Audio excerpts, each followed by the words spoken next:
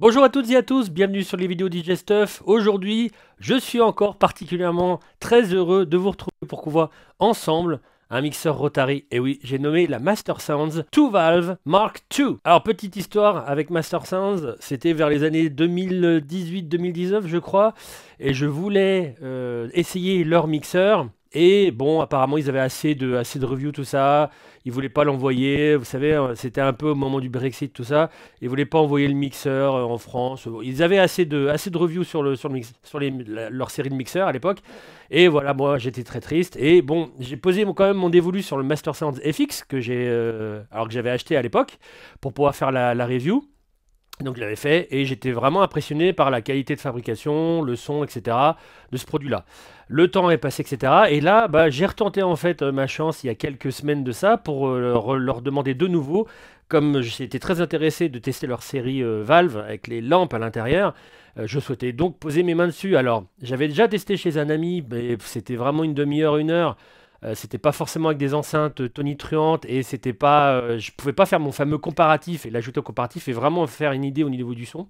Alors le son, je vous rassure tout de suite, c'est très très bon. Je vais pas m'étendre 5000 ans, je vous invite à aller voir, à aller écouter le comparatif que j'ai fait dans le projet Audacity. Alors vous avez soit le projet Audacity si vous avez Audacity, si vous souhaitez plutôt prendre les fichiers Wave et les mettre dans votre logiciel préféré, vous pouvez aussi, ils sont dans le dossier, il n'y a aucun souci. Le lien est dans la description et je vous invite vraiment à écouter avec un très bon casque pour pouvoir vous faire, enfin même un casque normal, vous verrez quand même des différences de qualité entre les différents mixeurs. Il y en a plus de 25 en comparatif et donc il y a vraiment l'audio point de vue phono, donc point de vue vinyle, etc. Et là, point de vue line aussi, alors soit avec une carte son, enfin ça dépendra des mixeurs, soit avec carte son interne. Ça dépend donc des mixeurs qui sont dans le comparatif. Et voilà, je l'ai fait avec les mêmes câbles, avec le même enregistreur, avec la même qualité d'enregistrement. C'est vraiment un très bon comparatif pour vous permettre de choisir votre mixeur. Je vous invite donc, au-delà de cette vidéo, d'aller écouter ce comparatif pour vous faire une idée du mixeur qui vous intéresse au niveau du petit grain audio que pourrait avoir l'un ou l'autre, etc. Dans cette vidéo, évidemment, on va écouter un son libre de droit pour ne pas...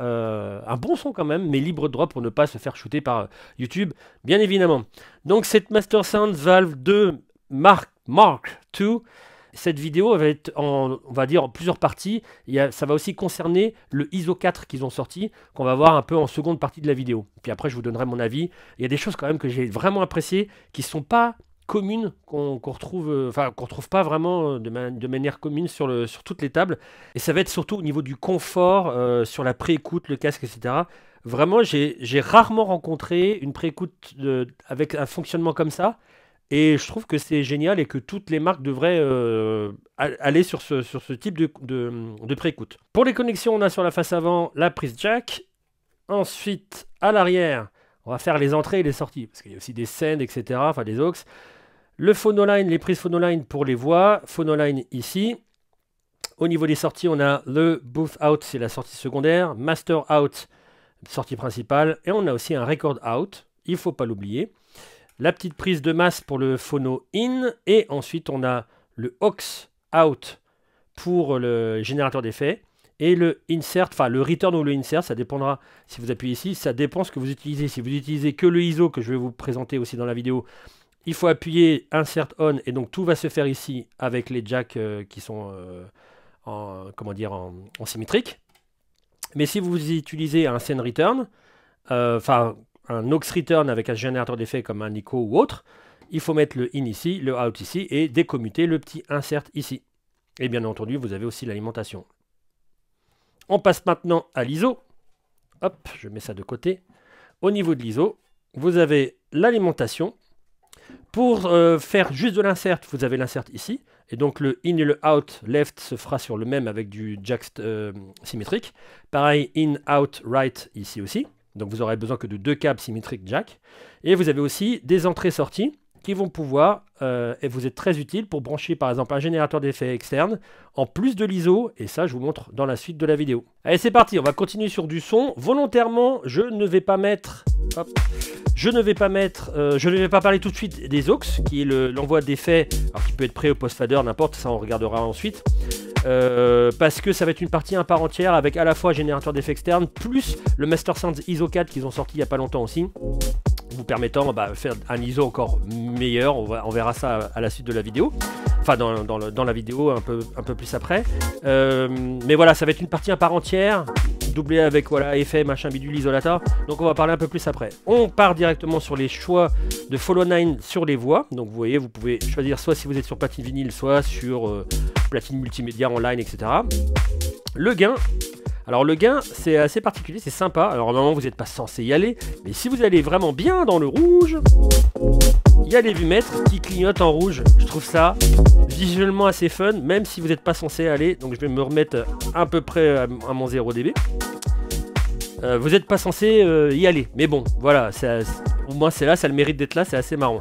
Ensuite, pas les ISO, on les verra ensuite les ISO, mais les EQ sur chaque voix qui sont à moins 20 décibels et plus 6 décibels.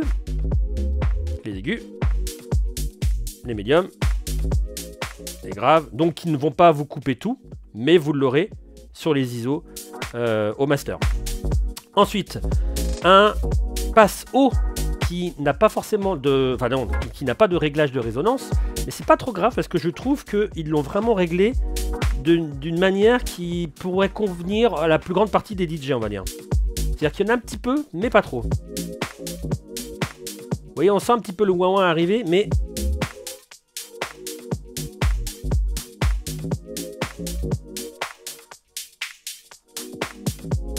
Donc, très beau filtre de base, impeccable. Ensuite, le petit X-Fade ici vous permettant de dire si vous êtes à gauche ou à droite du crossfader. On verra le crossfader à la fin. D'ailleurs, un crossfader sur une Rotary, ça peut être quand même de temps en temps très utile. Ensuite, la pré-écoute. Et c'est là qu'intervient mon petit message sur la pré-écoute qui est quand même top. C'est-à-dire que quand vous écoutez au casque, le AdMix ici, qui est un peu le Q vers mix ou PFL vers mix selon les mixeurs, et ben en fait vous entendez quand même votre master même si vous êtes à 0. Vous n'avez pas besoin de vous mettre à 0, ce qui pourrait correspondre à master total. Vous l'entendez tout le temps. Et ce qui est bien, c'est que dès que vous appuyez sur une des voix qui est concernée, alors ça peut être la 2 valve ou la 4 valve parce qu'il y a aussi la 4 voix, et ben ça vous coupe le master et vous entendez ce que vous entendez en pré-écoute. Et je trouve ça super top parce que vous pouvez très bien faire ça, augmenter un peu votre morceau, faire ça, voir qu'il est toujours bien calé, l'augmenter, etc. Je trouve ça très bien et en plus quand vous le mettez en on, vous avez aussi donc la voix qui ne serait pas dans les enceintes, vous pouvez monter et entendre au fur et à mesure un peu plus de master. Et je trouve que ce réglage, les autres marques devraient se l'approprier aussi et copier, on va dire, parce que je trouve ce réglage très très bien. On le retrouve pas sur toutes les tables et je trouve ça vraiment top. Et la pré-écoute, évidemment, vous pouvez choisir la voix 1, la voix 2, les deux si vous le souhaitez. Les boutons sont sympas, j'aime beaucoup ces boutons là. Il y en avait déjà sur le Master Sounds FX, j'aime beaucoup. Et enfin en tout cas le toucher est sympa, l'expérience est sympa sur ce bouton là. Et le volume ici, vous pouvez aussi split votre casque pour avoir le master par exemple à gauche, pré-écoute à droite, ou l'inverse, je ne sais plus exactement. Et le volume qui est ici. Les 2 volumes pour les voix, ou les 4 volumes pour la 4 valve, qui sera strictement la même chose, sauf que ça sera sur 4 voix et qu'elle aura le même son, etc. Alors ça confère vraiment une expérience de mix qui est vraiment sympa, dans le sens où ils ont réglé la dureté de rotation, un peu comme toutes les meilleures Rotary, on va dire, dans le sens où c'est très appréciable avec une main. On peut très bien le faire aussi avec un doigt. Carrément sur le potard ici, vous voyez, très rapidement je peux faire ça. Comme toutes les vraiment très bonnes Rotary, hein, évidemment. Je peux aller sur le côté. Je peux carrément prendre tout mon... Voilà, je peux faire des manips comme je le souhaite. Et donc voilà, mais c'est ce qu'on attend vraiment sur toutes les très bonnes... Rotary. Et vraiment, on a un confort, on a une ergonomie sur le bouton qui est vraiment top. Donc vous pouvez faire vraiment les attaques. Mais le crossfader est là quand même pour les attaques. Et des fondus tout fins. Et comme d'habitude, limite, on a même presque besoin, quand vous faites votre fondu, votre summing entre les 2 morceaux ou les 4 morceaux, vous avez même plus besoin des EQ tellement c'est voilà, le mix Rotary, hein, évidemment. Et on parle du crossfader. Alors le crossfader, je vais mettre 2 morceaux ensemble. Je vais juste me tâcher de les mettre juste vite fait. Un petit peu.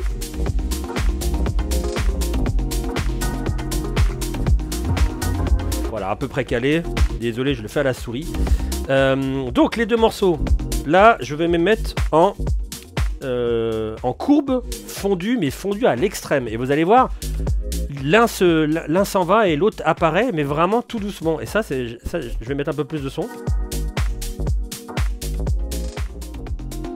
Vous voyez, il y a quand même presque un silence entre les deux.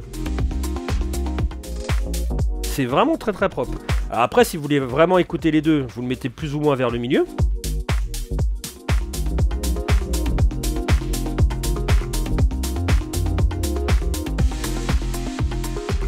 Et ensuite, si vous voulez du cut, c'est aux extrêmes. Et le cut, il est vraiment...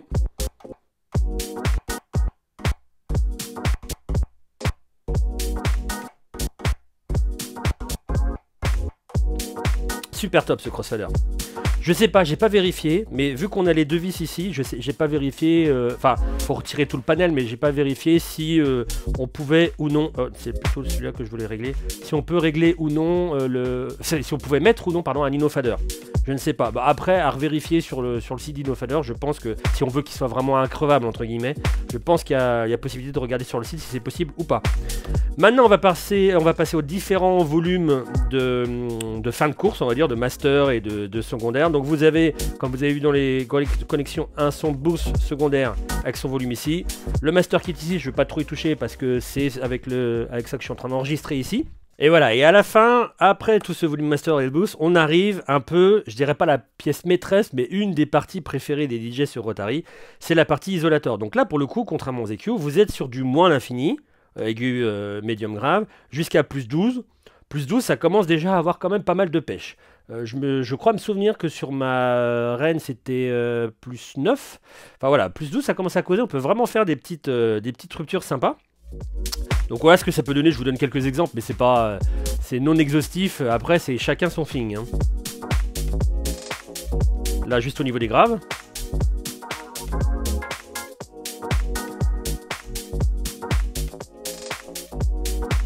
Les médiums.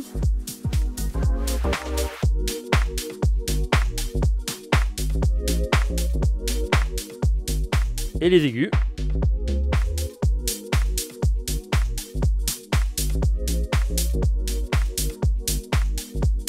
Avec quelques manips.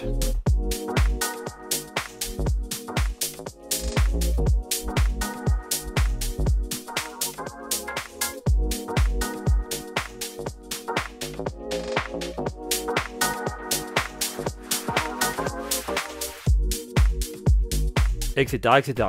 Bon, ça reste un ISO. Après, chacun fait ses petites manipulations. Et maintenant, on va passer à la partie aux. Et donc, le aux peut être pré ou post-fader. On va regarder les deux différences. Qu'est-ce que ça fait, par exemple, sur un écho. Et il est aussi post-fader, oui, puisqu'il y a le pré post-fader. Et il sera aussi post-crossfader. Et ça, c'est très intéressant. Si vous voulez faire des petits cuts et éviter de le faire sur le Rotary, vous pouvez très bien le faire au crossfader. Ça, c'est bien. Donc, tout simplement, bah, vous enclenchez l'effet. Là, j'ai fait spécialement sur les médiums pour pas faire trop de brouhaha. Je vais mettre par exemple sur 3/4 et je vais lever pour le moment en post-fader.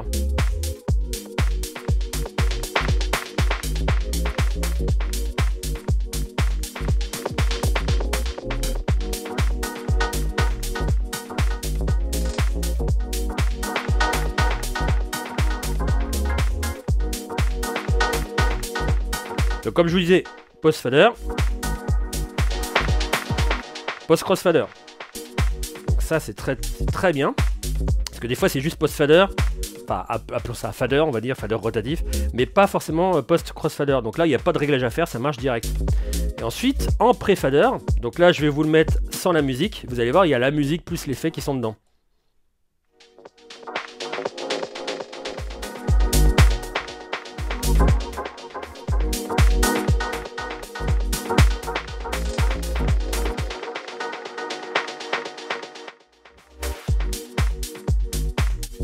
Allez, maintenant on passe au second produit de Master Sound, le ISO 4. Donc c'est un isolateur avec lequel vous pouvez faire sur 3 bandes, low, mid, high, ou sur 4 bandes, c'est ça le truc intéressant, avec la partie sub, donc vraiment l'extrême grave. Donc vous pouvez le choisir avec le petit on-off ici. Ce qui est très intéressant aussi, c'est qu'il a une espèce de schéma audio qui est un peu comme le Master Sound FX, avec à la fois du insert et à la fois du aux, qui fait que vous pouvez très bien répercuter votre générateur d'effets à l'intérieur du ISO 4. Il suffit juste de permuter aussi le petit insert, le petit bouton insert à l'arrière de la table pour vous mettre en mode insert. Et c'est totalement transparent la partie audio, et c'est génial parce que vous pouvez à la fois faire vos effets, à la fois faire de l'ISO, tout ça sur votre mixeur. Allez, c'est parti, on écoute ça avec de la musique. Donc déjà, vous montrer qu'au niveau des effets, c'est nickel. Je l'ai fait de la même manière en montant mon petit, vous le voyez pas parce que c'est au-dessus, mais je monte mon petit bouton aux, évidemment en post-fader et pas pré-fader, pour que je puisse récupérer au fader comme ça et avoir que la trame de l'effet. Et ensuite, si je veux utiliser mon ISO 4, eh ben c'est tout à fait possible.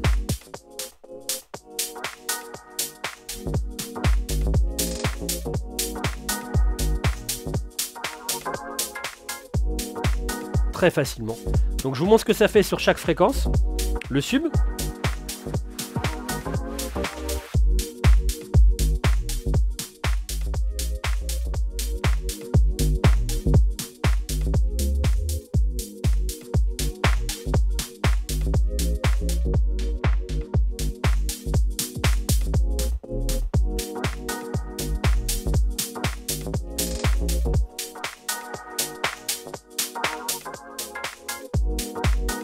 Voilà. Et donc on en arrive à mon petit monsieur chipote. Alors qu'est-ce que j'ai à dire sur les deux périphériques que j'ai testés aujourd'hui pour vous?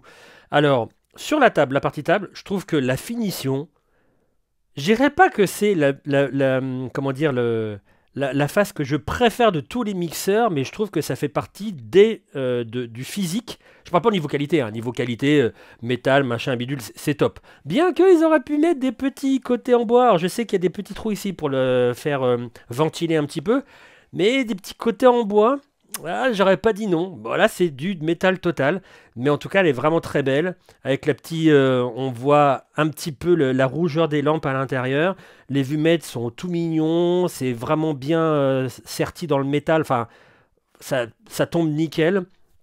Comment dire, la manipulation des boutons se fait top. Bon, j'ai trouvé que les ISO, ça doit être pareil que cela. Ouais, les ISO glissaient un peu plus que les voix. Les voix ont un peu plus de retenue. Mais voilà, sans ça, l'aux, nickel. L'ajustement entre un générateur d'effets, le Master Sound ISO, tout ça ensemble, c'est top. Bon, bien entendu, un son de malade, voilà, ça, vous avez toujours le comparatif, hein, vous pourrez voir. Le Apice Filter, pourquoi pas une mise à jour pour une 2-valve ou une 4-valve Max 3 où vous auriez le réglage de la résonance. Parce que là, on l'a pas par exemple sur le Master Sounds FX, mais on l'a pas là. Bon, j'ai quand même dit, et je le ressens, c'est vrai que je trouve qu'il n'y a pas vraiment besoin de faire de réglage. La résonance est vraiment réglée comme il faut. Mais voilà, j'ai vraiment pas grand chose à dire, c'est vraiment mon petit mixeur. Je sais que, voilà, je répète sans cesse que il y a quelques marques qui sont, qui sont attaquées un peu à mettre une carte son à l'intérieur de très bonne qualité. Et pourquoi pas faire un peu un modèle hybride un jour chez Master Sound. Je ne sais pas si c'est leur souhait ou pas. Mais en tout cas, voilà, c'est un très bon petit mixeur. Et au niveau de l'ISO, le seul truc que je regrette, alors ce qui est top, c'est qu'on peut rajouter des périphériques comme l'effet, etc. pour pouvoir faire le summing à la fin jusqu'au master, dans l'insert de la table. Ce que je regrette un petit peu, je dirais, c'est pas un énorme regret, mais on a du plus 7 alors qu'ils savent faire du plus 12. J'aurais aimé un plus 10, plus 12, un peu pareil, pour pouvoir faire vraiment des grosses manips lors de cut ou autre, pour faire des pressions dans le morceau. Mais voilà, le plus 7 est déjà bien. C'est presque comme je me rappelle plus exactement, mais le plus 9 de la Reign que j'avais. Voilà, c'est déjà bien. Par contre, le fait d'avoir le bas du spectre séparé en deux potards, ça rejoint un peu ce qu'on pourrait trouver sur l'Exone ou sur d'autres mixeurs où on a les deux médiums qui se partagent un peu le boulot pour ne pas couper trop les basses ou pas couper trop les aigus. Et ça, c'est vraiment bienvenu sur ce petit ISO 4. Et voilà pour cette vidéo, c'était donc la Master Sounds 2-valve Mac Mark II. J'espère que vous avez aimé cette vidéo. En tout cas, si vous avez des questions au sujet du produit, n'hésitez pas à les poser en dessous de la vidéo dans les commentaires. Merci beaucoup d'avoir suivi celle-ci et je vous dis au prochain contenu. Ciao!